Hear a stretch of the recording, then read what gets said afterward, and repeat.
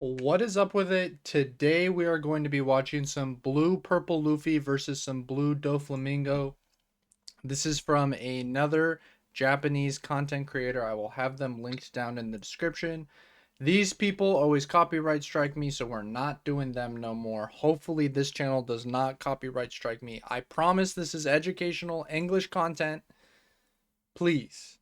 Looks like the Doflamingo is running two 8-drop Luffy's, which is a card that I think could be run in Doflamingo once OP11 drops. I imagine it's probably very good in the mirror, just being a sticky body that can bounce a 4-drop for free while also having rush. Should for sure be super strong on the 9 Dawn turn. Is something that's a little bit bigger than um, Jozu, so you could even potentially swing over Jozu with it. And of course, it cannot be Jozu'd itself. I don't understand how Eastern players actually play rock, paper, scissors. I know I always talk about winning the rock, paper, scissors, but obviously here in the West, we roll dice. How are people not just cheating at rock, paper, scissors? I feel like that's something that you can like frame, you can like, you can like, all right, anyways, we played Perona. We draw, we drew Teach. We're gonna go ahead and stack this Jinbei. So we're gonna go ahead and go Jinbei Law. I kind of want to see us bounce the Jinbei and Perona. Yeah, if we're gonna do this.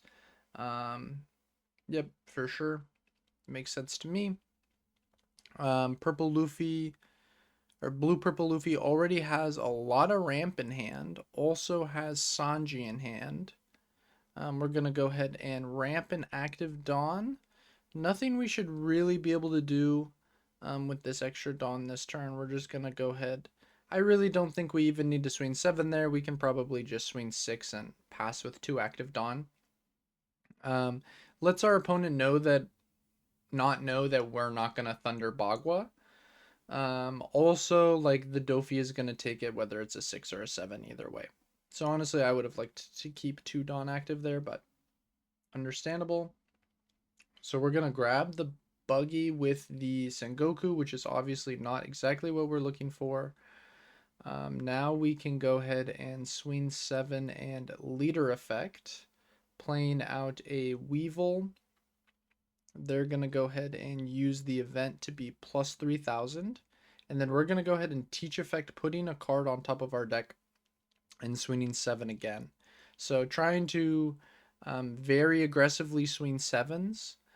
I've seen a crazy list that won a standard battle in the East that ran 4 2Ks that I tried on stream. So I will say, if you swing 7 over and over again against that list, you will fry them.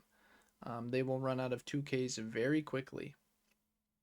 Okay, we're just going to swing infinite into the Weevil.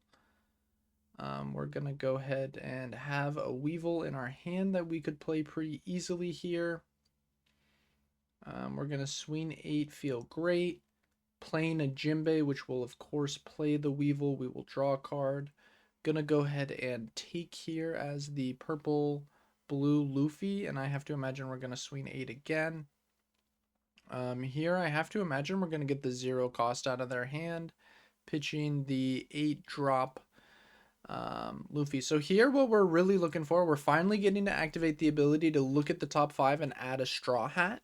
I think we're really looking for a 9 Mom in that stack so we can play it off the Sanji. If there's not a 9 Mom in that stack, I kind of feel like we're gonna have to hard play it from hand. We'll see. Oh yeah, man, that, you hate to see that. I wonder if there were any good triggers in this list that we could potentially be stacking here. It is nice that we drew 2 2Ks for turn. Okay. And we're going to go ahead and swing 7. So not even worried about any Gum Gum Giants on this turn. We've decided that, look, if our opponent's going to swing crazy at us, we're just going to have to... yeah, and with 4 cards in hand, we can just swing 6s here. If we just go honestly, like the maximum number of swings, I feel like this is like crazy toxic. Um, for the blue purple, like honestly, I don't even think we should be playing this Jozu. We should be swinging with this Teach. Um, but this is fine. It's just like we only get to deal 1 damage. Um, and there's the Sanji's Pilaf, so he is playing the Pilaf. I kind of think Sanji's Pilaf is probably insane bait in this deck. I'm not gonna lie. I do think Sanji's Pilaf and Rosinante are based. I think they are super sick. However, I think they are probably not good. Is the main thing from the little bit of playing I've done. Um, and I did play on stream. You guys can go ahead and watch that. I definitely want to stream this deck again. I want to stream green purple again. Both decks are super cool, super fun in my opinion. Um, I mean, I am a little concerned about the skill necessary to play blue purple. So at some point in the future, you guys might hear me complain about it a lot. But for now, it's a new deck. Um, so it's got that novelty that makes it seem cool. So being able to find the Sanji into the 9 mom here is obviously very strong. We're going to go ahead and play that 8 Luffy. I think this is actually like really bad, to be completely honest with you, but um, we're gonna be able to swing 8 and then swing 8 again.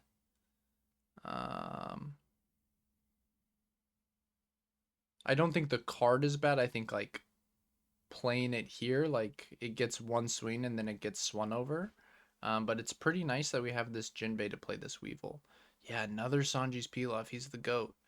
Okay, so we're going to be at 0. We're really looking for... I mean, another 9-mom, obviously, would be awesome.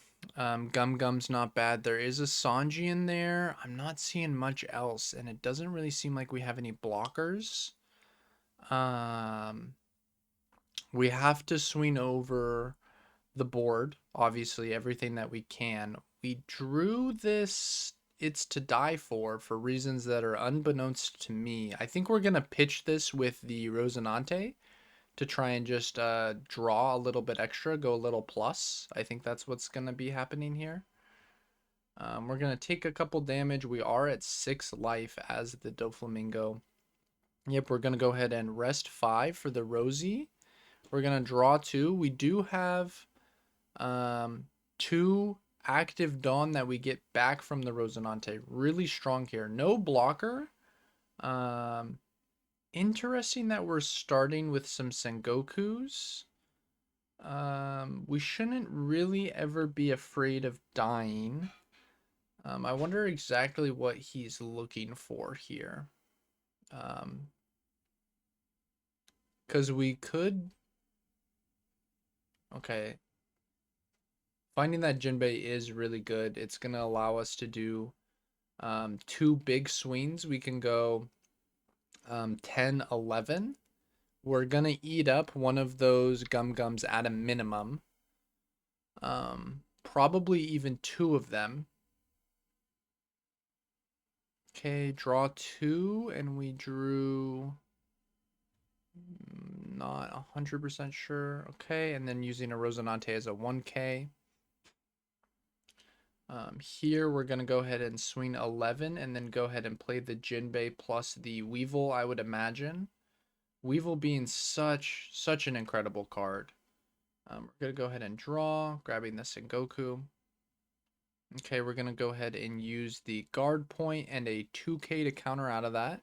And here we're still really looking for another 9-mom. If we find another 9-mom, I think we probably win the game. I don't see one, but there is a Katakuri in there, which is not too far removed.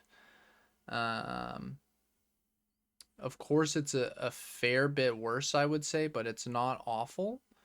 And we're gonna be able to have a blocker up with Gum Gum with like a ton of counter in hand. So definitely not the end of the world.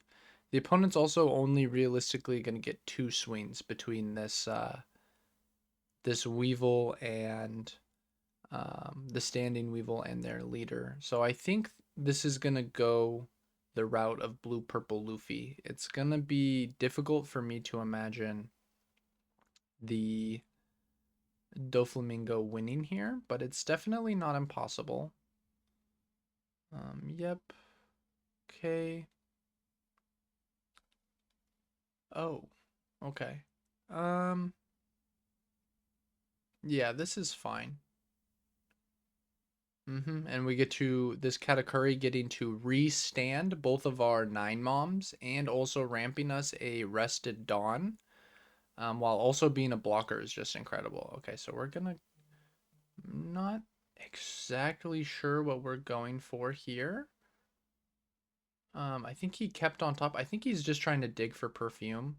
Yeah, and just hoping this gets there. I'm not exactly sure what the numbers are, so who knows? I think he's swinging 15.